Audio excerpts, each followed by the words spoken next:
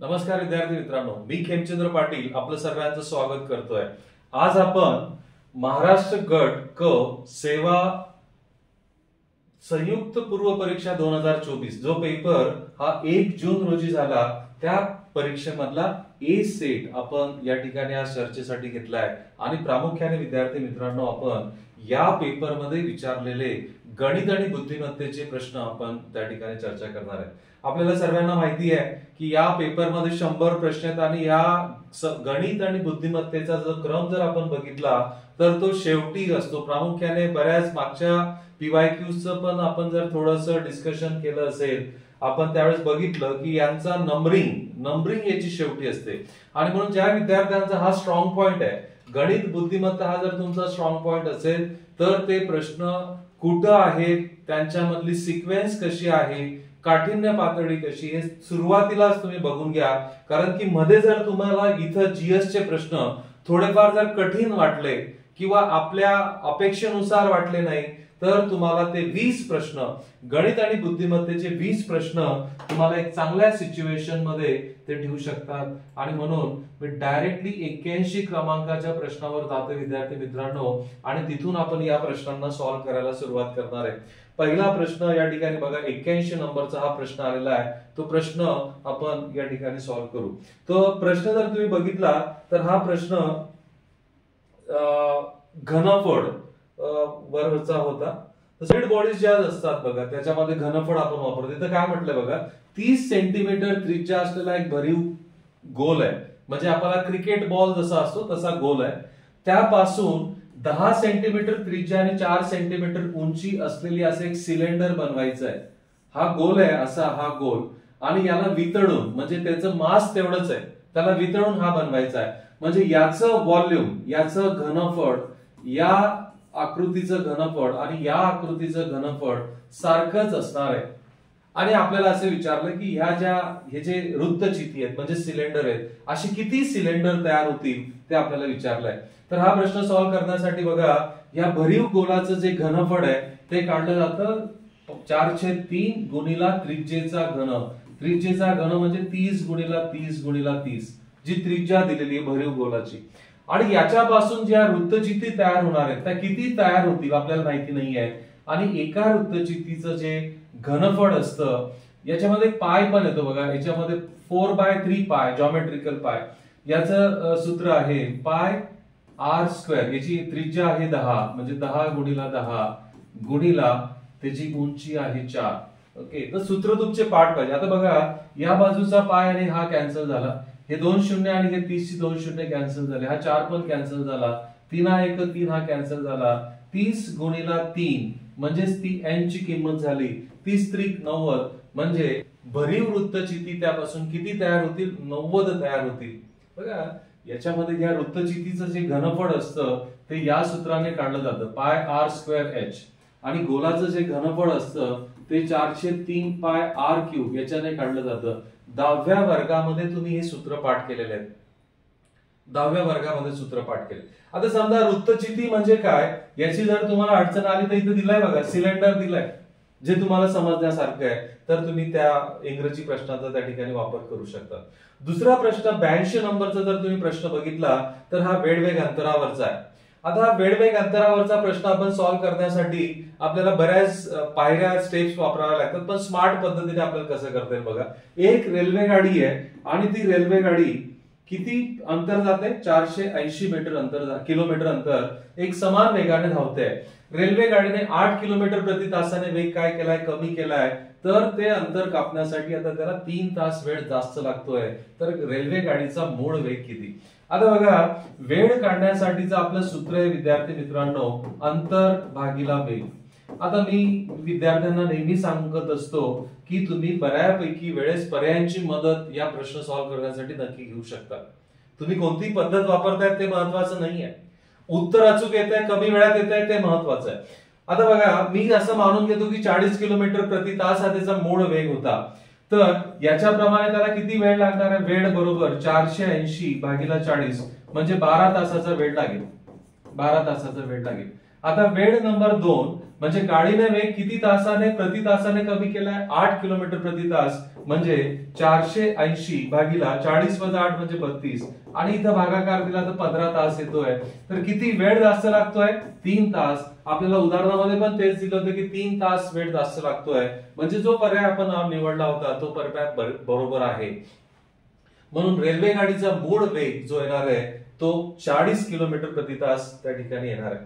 Okay, बघा पुढचा प्रश्न हा परिमिती काढण्यावर होता.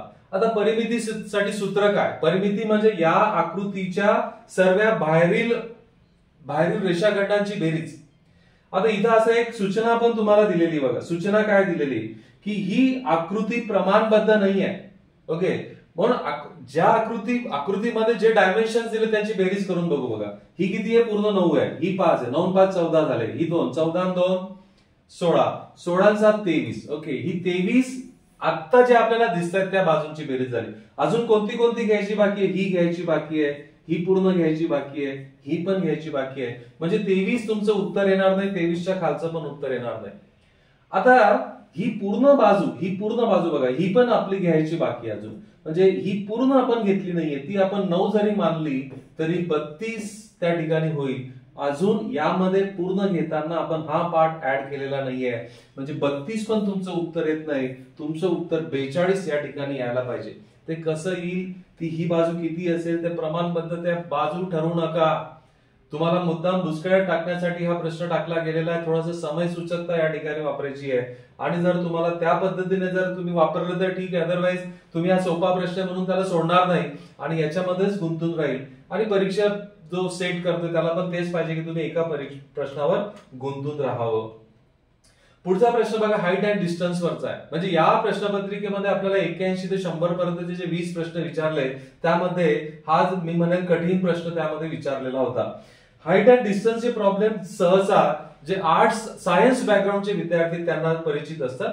इव्हन आपण आर्ट्स वाले म्हणजे 10वी पर्यंत आपण पायथागोरसचं प्रमेय शिकलोय, त्याच्यामध्ये देखील हा प्रॉब्लेम आहे. बघा एका वाऱ्यामुळे एक 21 मीटर उंचीचं झाड बुद्ध्यापासून x मीटर अंतरावर अशा प्रकारे तुटते की त्याचे टोक जमिनीपासून 7 वर्गमुळात 3 मीटर अंतरावर जमिनीसोबत एका विशिष्ट कोनात बनवतोय, तो तिथे टेकतोय. तर x ही झाडाची उंची किती? म्हणजे बघा हे पूर्ण झाड होतं माझं, ते 21 मीटर उंचीचं होतं. ते जमिनीपासून x मीटर अंतरावर तुटलं आणि या ठिकाणी असं या ठिकाणी हा टेकला गेलाय. आणि हे अंतर आता बघा हे इथून एवढं जर x असेल तर हे उरलेलं अंतर 21 वजा x असणार आहे. आणि हा 7 वर्गमुळात 3 आहे. हे आपल्याला दिलेलं आहे की तो बुंदा त्याच्या बुंद्यापासून ते वरचं टोक किती अंतरावर टेकतंय? 7 वर्गमुळात 3. आता पायथागोरसच्या प्रमाणानुसार हा जर काटकोन त्रिकोण असेल तर 21 वजा x कंसाचा वर्ग बरोबर x चा वर्ग अधिक 7 वर्गमुळात 3 कंसाचा वर्ग होणार आहे. जर आपण हा वर्ग करून घेतला समजा, ओके, हा वर्ग केला, 7चा वर्ग 49 होतो, वर्गमुळात 3चा वर्ग 3 होईल. म्हणजे यांची बेरीज म्हणजे यांचा गुणाकार 147 येईल. आता असा पर्याय उचला पर्यायांमधून की ज्याच्यामध्ये डावी बाजू बरोबर उजवी बाजू होऊन जाणार आहे.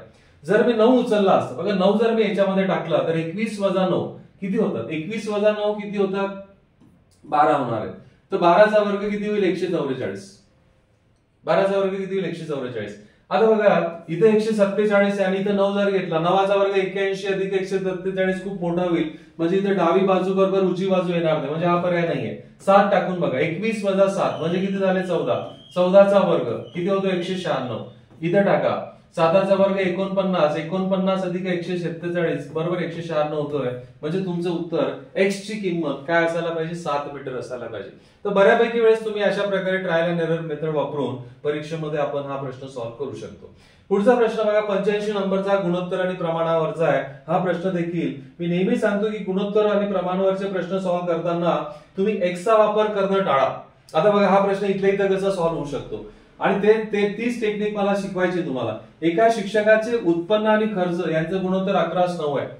उत्पन्न जर 11 रुपये असेल आणि खर्च जर 9 रुपये असेल तर तो बचत किती करतोय रे? बचत किती करतोय? 2 करतोय. म्हणजे 2 भाग त्याची बचत आहे. 11 भाग त्याचं उत्पन्न आहे, 9 भाग खर्च करतोय, 2 भाग त्याचं बचत आहे. वार्षिक बचत त्याची 3600 रुपये आहे. याच्यावरून त्याची मासिक बचत येऊन जाईल 3000 रुपये. वार्षिक बचत म्हणजे 12 महिन्याला तो 36,000 रुपये करतोय, तर एका महिन्याला किती करतोय? 3000 रुपये करतोय. झाला प्रॉब्लेम सॉल्व्ह. बघा बचतीचे 2 भाग बरोबर 3000 रुपये. मग 1 भाग बरोबर 1500 रुपये. आपल्याला विचारलं त्याचं उत्पन्न किती असेल, त्याचं मासिक उत्पन्न 11 भागांचं आहे. 15 गुणिले 11 करा, तुमचं उत्तर येणार आहे 16,500. कमीत कमी जागेमध्ये तिथल्या तिथं खूप जास्त एक्स वगैरे न वापरता तुम्ही अशा पद्धतीने प्रश्न सॉल्व्ह करण्याचा सराव ठेवा विद्यार्थी मित्रांनो. नक्की तुम्हाला 20च्या 20 प्रश्न त्या ठिकाणी सॉल्व्ह करता येणार आहे. अन्यथा तुम्ही जर खूप त्या ठिकाणी मांडणी करत बसले तर तुमच्या हातातला वेळ निघून जाणार आहे. पुढचा प्रश्न बघा, हा शेकडेवारीवरचा आहे. एका वर्गात 40 मुलांनी शिष्यवृत्ती मिळाली आहे. किती विद्यार्थ्यांना शिष्यवृत्ती मिळालेली आहे? 40 विद्यार्थ्यांना शिष्यवृत्ती मिळाली. आता बघा, मी असं मानतो की त्याच्यामध्ये 100 विद्यार्थी आहेत, वर्गामध्ये 100 विद्यार्थी आहेत. आता 40% मुलांनी शिष्यवृत्ती मिळाली आहे. ओके, वर्गातील 40% मुलांनी, बॉईज, मुलांनी म्हणजे याचा अर्थ काय बघा, बॉईज. इथे जर संभ्रम असेल तर इथे तुम्ही इंग्रजी वाचून घ्या. 50% मुलांना शिष्यवृत्ती मिळते. मग वर्गामध्ये जर 100 विद्यार्थी असतील तर शिष्यवृत्ती मिळणारे किती आहेत? 50. शिष्यवृत्ती मिळणारे किती आहेत? 50. वर्गात मुली एकूण किती आहेत? 60% आहेत. म्हणजे बघा, इथं मी गर्ल्स म्हणतो त्यांना, गर्ल्स 60% आहेत. म्हणजे 60 जर मुली असतील तर बॉईज किती आले रे? बॉईज किती आले? 40. आता शिष्यवृत्ती मिळणाऱ्यांमध्ये किती मुलांना, बॉईज किती मुलांना शिष्यवृत्ती भेटते? 40. म्हणजे ह्या 40च्या 40% 16. मग किती मुली असतील? हे बॉईज आहेत. मग किती मुली असतील? 34 मुली यायला पाहिजे, कारण ह्या दोघांचे टोटल 50 व्हायला पाहिजे. म्हणजे 34 मुलींना शिष्यवृत्ती मिळते. आपल्याला प्रश्न काय विचारलाय? शिष्यवृत्ती मिळालेल्या मुलींची टक्केवारी किती? तर 34 मुलींना शिष्यवृत्ती मिळते. किती पैकी? मुलींची संख्या होती किती? 60. गुणिले 100 करून टाका. 0 कॅन्सल होऊन जाईल. या ठिकाणी तुमचं उत्तर 340 भागिले 6 एवढं टक्के असेल. भाग द्या. 6 पंचे 30, खाली उरले 4, वरून घेतला 0, 6 6 36, 56 पॉइंट समथिंग उत्तर येणार आहे. तर तुमचं उत्तर 56.67. पूर्ण भागाकार देऊ नका, पर्यायांकडे तिरकी नजर राहू द्या. आपला वेळ वाचवण्याचा पुरेपूर प्रयत्न करत राहा. त्या पद्धतीने जर तुम्ही सवय ठेवली तरच तुमचे प्रश्न सॉल्व्ह होऊ शकतात, अन्यथा खूप वेळ निघून जाईल. लक्षात घ्या, ह्या प्रश्नांचा क्रम शेवटी आहे आणि म्हणून अशी समय सूचकता तुम्हाला वापरावीच लागणार आहे. सुंदर प्रश्न आहे. 87 नंबरचा सरासरीवरचा प्रश्न आहे. हा प्रश्न सॉल्व्ह करण्याची अफलातून पद्धत मी तुम्हाला सांगतोय बघा. मिक्सचर अँड ॲलिगेशनच्या पद्धतीने तुम्ही सॉल्व्ह करू शकता त्याला. वर्गामध्ये जे विद्यार्थी आहेत, सर्वेचे विद्यार्थी आहेत, मुलं आणि मुली मिळून त्यांच्या मिळालेल्या मार्कांची सरासरी 13 आहे. 25 मुलांची सरासरी 10 असून मुलींनी किती सरासरी मार्क्स मिळवले? 18. तर वर्गातील मुलींची संख्या किती? आता फक्त सरासरी गुण घेतो बघा. इथं मी बॉईज घेतो म्हणजे मुलं, आणि इथं गर्ल्स घेतो. मुलांना किती सरासरी गुण मिळाले? 10. मुलींना किती मिळाले? 18. दोघांनी मिळून वर्ग तयार होतोय. वर्गाला किती मिळाले? 13. तिरकस गुणाकार, तिरकस वजाबाकी करा. याला म्हणतात मिक्सचर अँड ॲलिगेशन. 18 वजा 13 म्हणजे किती आले? 5. आणि 13 वजा 10 म्हणजे किती आले? 3. म्हणजे या वर्गातील बॉईज अँड गर्ल्स, मुले आणि मुली यांचे गुणोत्तर 5:3 असेल. मुलांची संख्या किती दिली आहे? 25. आता बघा, 5ला कितीने गुणलं म्हणजे 25 होणार आहे? 5ने गुणलं म्हणजे. सो 5 त्रिक 15. मुलींची संख्या आपल्याला विचारली आहे, तर वर्गातील मुलींची संख्या 15 होणार आहे. बघा, या पद्धतीचा तुम्हाला सराव असलाच पाहिजे आणि तुम्हाला तेच अपेक्षित आहे या प्रश्नांमध्ये. या 20 प्रश्नांमध्ये 3-4 प्रश्न असे होते की जे तुमचं पूर्ण सर्व 20च्या 20 प्रश्नांचा वेळ खाण्यासारखे ते प्रश्न होते. आणि तिथं बघा, प्रश्न सरासरीवरचा आहे. सरासरी आपला स्ट्रॉंग पॉइंट आहे, लक्षात घ्या. पण त्याला सरासरीची जोड तुम्हाला गुणोत्तर प्रमाण आणि मिक्सचर अँड ॲलिगेशनची त्याने देऊन टाकलेली आहे. ज्या विद्यार्थ्यांनी सराव केला असेल या प्रश्नांचा तर ते नक्की करू शकतात. काम काढ व्यारचा प्रश्न बघा, काही वेळात तुम्ही सॉल्व्ह करू शकता. अतिशय सुंदर प्रश्न. पद्धत समजून घ्या कसा करायचा आहे. बघा काय म्हणतोय, अरुणने एका दिवसात केलेले काम सचिनने एका दिवसात केलेल्या कामाच्या अर्धे आहे, आणि सचिनने जे काम केलंय ते राहुलने केलेल्या कामाच्या अर्धे आहे. म्हणजे त्यांच्या क्षमतेची तुलना तुम्हाला दिली आहे. आता बघा मी काय करतोय, अरुण, सचिन आणि राहुल. प्रश्न वाचल्यानंतर या ठिकाणी असं दिसतंय, जर राहुल एका दिवसात 4 नग बनवत असेल तर सचिन 2च नग बनवतोय, आणि सचिन 2 नग बनवत असेल तर अरुण 1च नग बनवतोय. म्हणजे ही झाली त्यांची क्षमता. एका दिवसात ते एवढं काम करतात. आता पुढे काय दिलंय बघा, जर राहुल एकटाच ते काम 14 दिवसात करतोय. आता राहुलची क्षमता एका दिवसात 4 नग बनवायची आहे, तर तो 14 दिवस जर त्याने काम केलं तर 14 चौक 56, म्हणजे ते पूर्ण काम किती नगांचं आहे? 56 नगांचं काम आहे.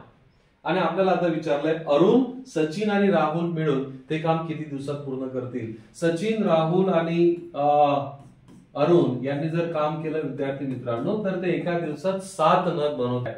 4 आणि 2 6 आणि 1 7. आपल्याला 56 नग बनवायचे आहेत. तर 56 भागीला 7 तुमचं उत्तर किती येणार आहे. तिन्ही मिळून जर काम केलं तर ते काम 8 दिवसात पूर्ण करतील. लक्षात घ्या. या ठिकाणी असा जरी प्रश्न विचारला असता की सचिनने ते काम किती दिवसात पूर्ण करेल. आता बघा 2ला कितीने गुणलं म्हणजे 56 येणार आहे तर 28 दिवस. जर अरुण किती दिवसात काम करेल. आता काम 56 नगांचं आहे. इथं कितीने गुणावं लागलं असेल 56 दिवस. म्हणजे पुढे जरी प्रश्न विचारला गेला असता की सचिन एकटाच ते काम किती दिवसात करेल तर तो 28 दिवसात करेल. अरुण ते काम एकटाच किती दिवसात करेल तर तो 56 दिवसात करेल. काम काळ वेग ही पद्धत अशी पद्धत आहे विद्यार्थी मित्रांनो ज्याने कितीही किचकट प्रश्न असला तरी तो तुम्ही सहज त्या ठिकाणी सॉल्व्ह करू शकता. पुढचा प्रश्न बघा, हा नफा तोटावरचा आहे. नेहमी मी सांगतो या पॅटर्न्सवर नेहमी चर्चा माझ्या व्हिडिओज मध्ये तुम्हाला झालेली दिसेल बघा.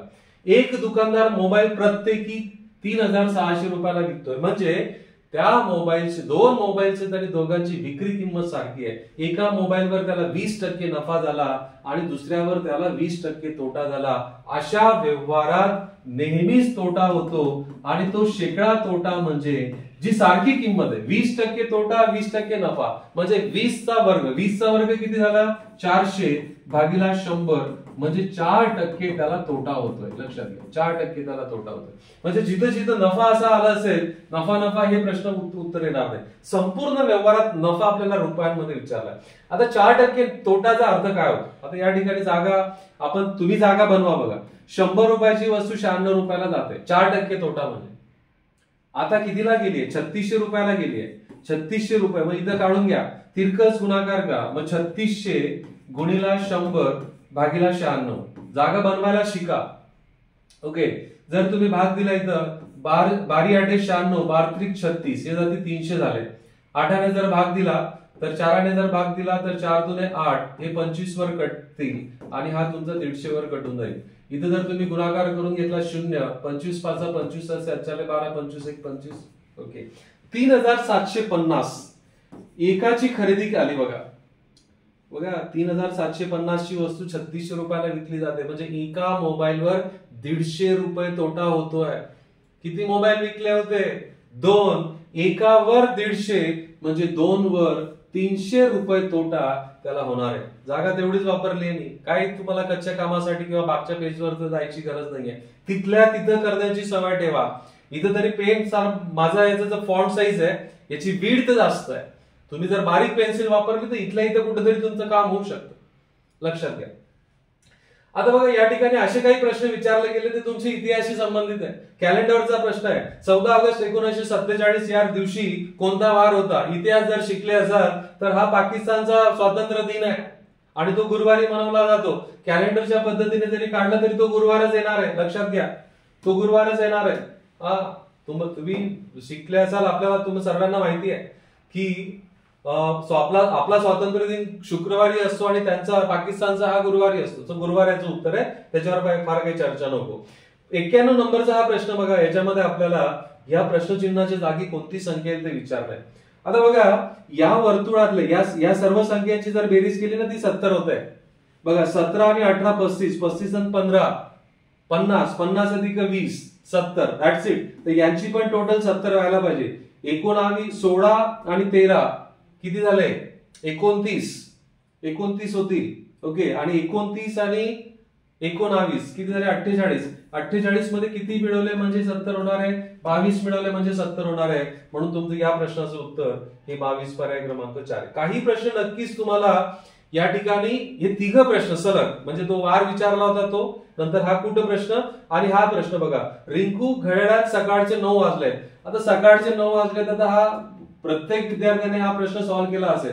सकाळचे 9 वाजता ही सिच्युएशन असते. हा तास काटा आहे आणि हा मिनिट काटा आहे. तर आपल्याला काय तास काटा पश्चिमेकडे आहे तर हा मिनिट काटा कोणत्या दिशेकडे असेल तर कोणत्या वरची दिशा कोणती असते उत्तर असते. तर हा सोपा प्रश्न त्यामध्ये नक्की विचारलेला होता. वर्तुळालेख यामध्ये आपल्याला दिलेला आहे पाय चार्ट. आणि तुम्हाला बेंचमध्ये देखील अशा प्रकारचे प्रश्न विचारले जातात. हा पण प्रश्न तुम्ही सोप्या पद्धतीने करू शकतात, म्हणजे कमीत कमी वेळा करू शकतात. बघा, या वर्तुळाचं जे विभाजन केलंय ते अंशात्मक विभाजन आहे, आणि ज्यावेळेस वर्तुळाचं अंशात्मक विभाजन केलं जातं त्यावेळेस तो पूर्ण वर्तुळ म्हणजे काय असतो, 360 अंश. वर्तुळाचं दोन पद्धतीने विभाजन केलं जातं, एक शेकडेवारीमध्ये आणि एक विभाजन अंशात्मक केलं जातं. आता या ठिकाणी 360 अंश म्हणजेच किती आहे, 46,800.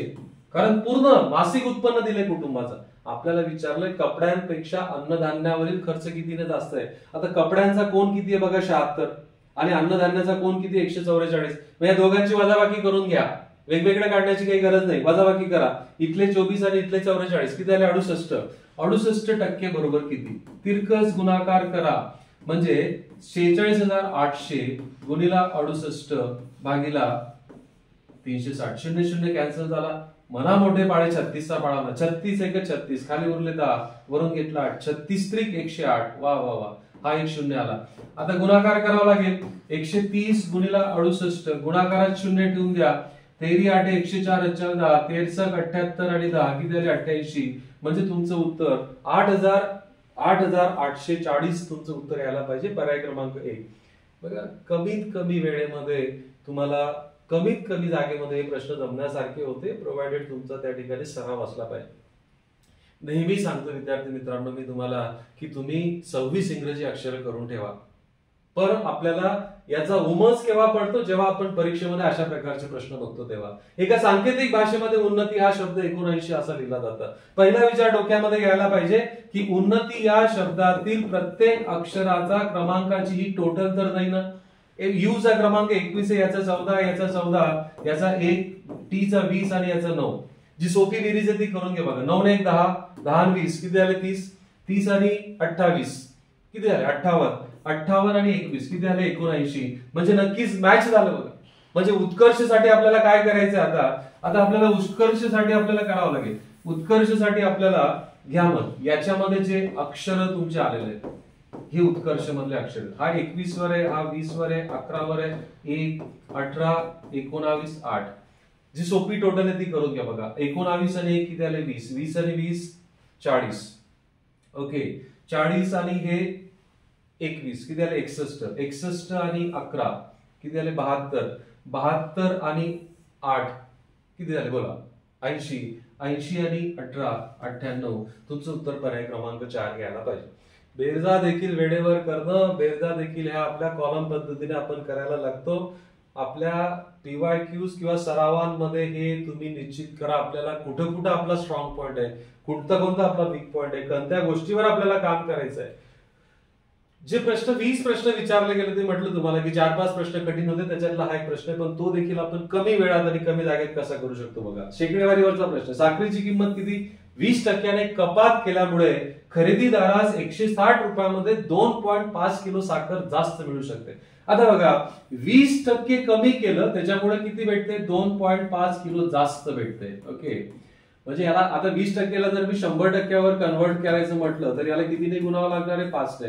याला पण मी 5 ने गुणून टाकतो, तर याला जर 5 ने गुणलं तर 12.5 किलो होतं. म्हणजे 100% म्हणजे 12.5, म्हणजे त्याला आता 12.5 किलो साखर भेटते. म्हणजे पूर्वी किती भेटत असेल, 10 किलो भेटत असेल. कारण काय होतंय, 2.5 किलो जास्त मिळतंय.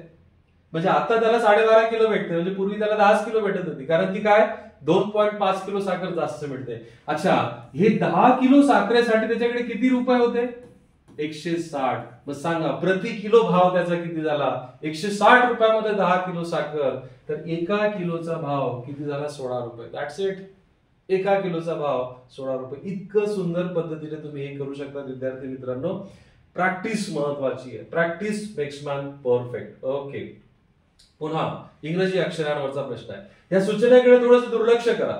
अशा प्रकारचे प्रश्न जर तुम्ही सरावामध्ये केले असतील तर इथं काय लिहिले ते काही फार महत्वाचं नाहीये. काही वेळेस महत्वाचं असू शकतं पण इथं नाहीये बघा. एम चा नंबर 13 आहे, एच चा 8 आहे, हा 12 आहे, 1 आहे. टोटल करा. हे झाले 20. 20 आणि 13 33 आणि 1 34. पी चा नंबर 16 आहे, ई चा 5 आहे, आय चा 9 आहे, डी चा 4 आहे. 16 आणि 4 किती झाले, 20. 20 आणि हे 14 34, म्हणजे टोटल 34 होत आहे. आता इथं बी आहे, इथं एन आहे, म्हणजे हा 2 आणि 14 किती झाले, 16. आता 16 मध्ये मला 18 मिळवले तर 34 होतील. 18 कुठे होत आहे बघा, एफ चा क्रमांक 6 याचा 7 आहे, टोटल 18 होत नाहीये. जे चा किती आहे 10 आहे, जी चा 7 आहे, 18 होत नाहीये. के चा 11 आहे, 7 18 होते, 7 11 18 होते. आणि इथं पण 18 होते बघा, याचा 7 आहे, याचा 6 आहे, याचा 10 आहे, याचा 6 आहे, 10 आहे, जे चा 10 आहे. सी चा नंबर किती होता तुमचा 3 आणि ओ चा 15, म्हणजे टोटल 18 होते. तर इथं आपल्याला 16 पाहिजे होती, तर ती 16 भेटते. मग दोघांमधला कुठलं घ्यायचं? ही तिरकस देखील 34 व्हायला पाहिजे. म्हणजे एम चा हा 13 आहे आणि हा 4 आहे 17, 13 आणि 4 17, 34 होण्यासाठी 17 लागणार आहे. कोणते याची टोटल 17 होते, याची टोटल 17 होते, याची होत नाहीये, म्हणून तुमचा पर्याय क्रमांक 3.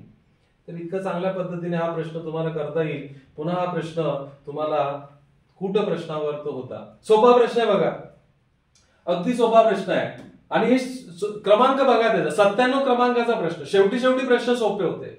वाय चा विरुद्ध मित्र बी आहे, मी नेहमी सांगतो बाय बाय, आणि बी चा क्रमांक 2 आहे आणि 2चा वर्ग या ठिकाणी 4 लिहिला विद्यार्थी मित्रांनो. तर व्ही चा विरुद्ध मित्र काय ई आहे, ई चा क्रमांक 5 आहे, तर 5चा वर्ग 25 तुमचं उत्तर येणार आहे. आणि ई 20 ही पेअर लक्षात ठेवण्यासाठी मी तुम्हाला एक कीवर्ड सांगितला, इलेक्ट्रिकल व्हेइकल्स. ओके, चला नंतरचा प्रश्न 98 नंबरचा प्रश्न आहे.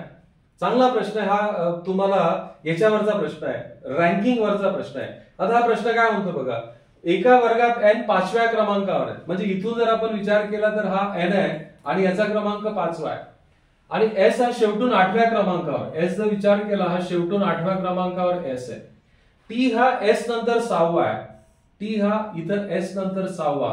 ओके, म्हणजे याच्यामध्ये नक्की 5 विद्यार्थी बसला असेल आणि हा टी 6वा आहे. जो एन आणि एस च्या मध्ये बसलाय, हा टी एन आणि एस च्या मध्ये बसलाय, म्हणजे इथं पण 5 विद्यार्थी असतील आणि हा टी 6वा. बघा इकडे 5 इकडे 5 हा त्यांच्यामध्ये. तर वर्गातील विद्यार्थी संख्या किती चला मोजा. इथपर्यंत किती विद्यार्थी आहेत 5, इथपर्यंत किती आहेत 8, 8 5 13, 13 आणि 10 23, 23 उत्तर नाही येत आम्हाला, टी मोजायचा बाकी आहे. 23 आणि 1 24, तुमचं कम्प्लीट उत्तर 24 आहे.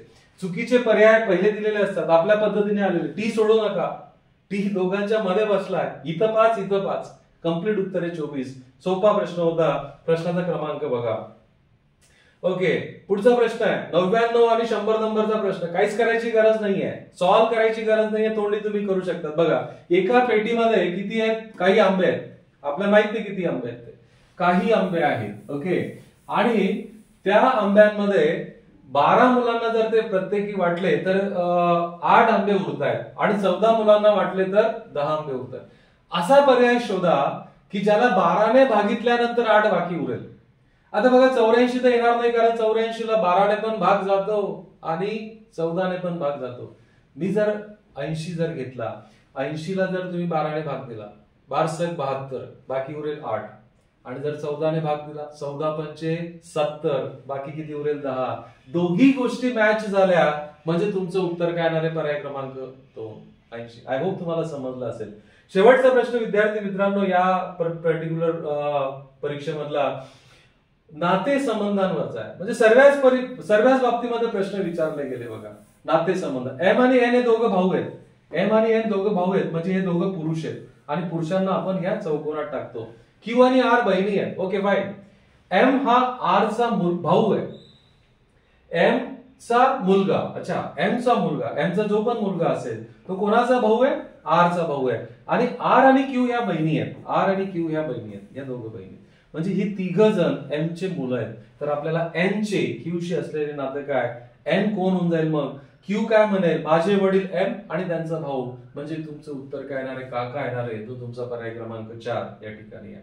तर अशा तऱ्हेने विद्यार्थी मित्रांनो हे 20 प्रश्न 1 जून 2025 रोजी विचारले गेलेले आहेत. सर्व प्रश्नांचा आपण या ठिकाणी अनालिसिस केलंय. तुम्हाला हे अनालिसिस आवडलं असेल तर नक्की चॅनलला लाईक करा, सबस्क्राईब करा आणि जास्तीत जास्त विद्यार्थ्यांपर्यंत शेअर करा. Thank you very much.